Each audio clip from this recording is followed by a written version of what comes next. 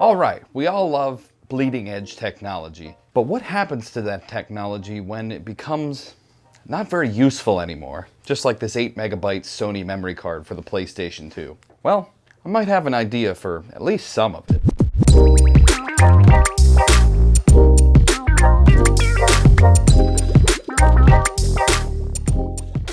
Now, gaming consoles were the first thing that I remember that had proprietary media, but there are other items we use every day, like phones, cameras, and computers, that all have different types of media, which leaves us with e-waste and a big problem.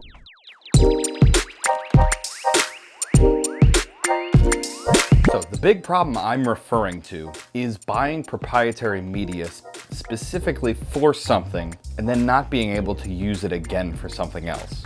Like, you wouldn't buy a car for one road trip and then when you get there just burn it to the ground because you're not going to be able to use it again. Oh, no, you're going to use it a million more times because no one can afford a new car, or a new house for that matter. Things are expensive. This one-use mentality reminds me of something else. Oh yeah, the camera industry, where they have been one-upping and changing media, batteries, and sensors every few years till you have an entire room full of, well, slightly better, useless gear.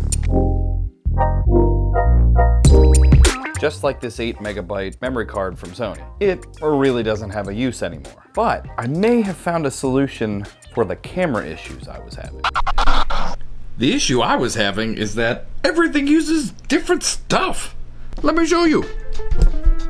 This uses a different battery than this, which uses a different battery than that, and also that.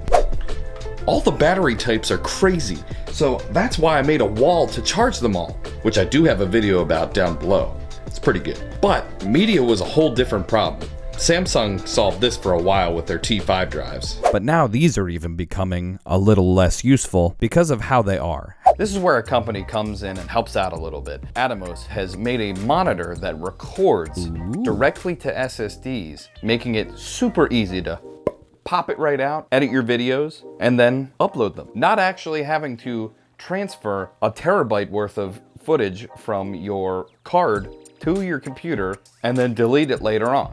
I mean, that's great, but what are we gonna do with the old products and drives that we don't really need anymore? It does get me thinking. Is there a way to reuse or recycle properly to get a second life out of these tech objects? Because normally they just sit on a shelf. I'm looking at you, Snapchat glasses. You didn't do shit. Oh, those Snapchat glasses aside, we have T5 drives and, well, nothing to do with them. So what can we do? Take this and turn it into something much more practical. And that's where AndyCine and the Lunchbox comes in. The Lunchbox. Smells like old meatloaf, records fantastic videos. Let's take a look on how to put this thing together. This build is pretty easy to take care of.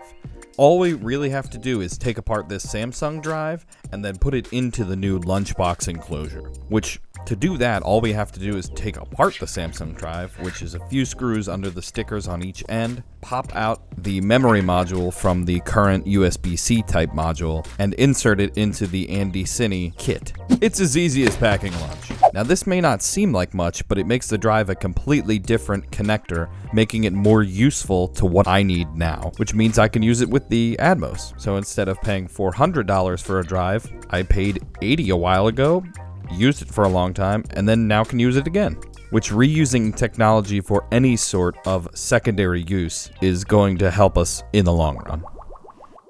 All right, I hope you did so much enjoy the video. And I hope this brings up a point for you to think about when you're purchasing your next item that is going to use media or specific batteries that is going to be completely obsolete at one point. Maybe buy something different. Let me know down in the comment section below. And we'll see you in another one. I don't want to review these guys.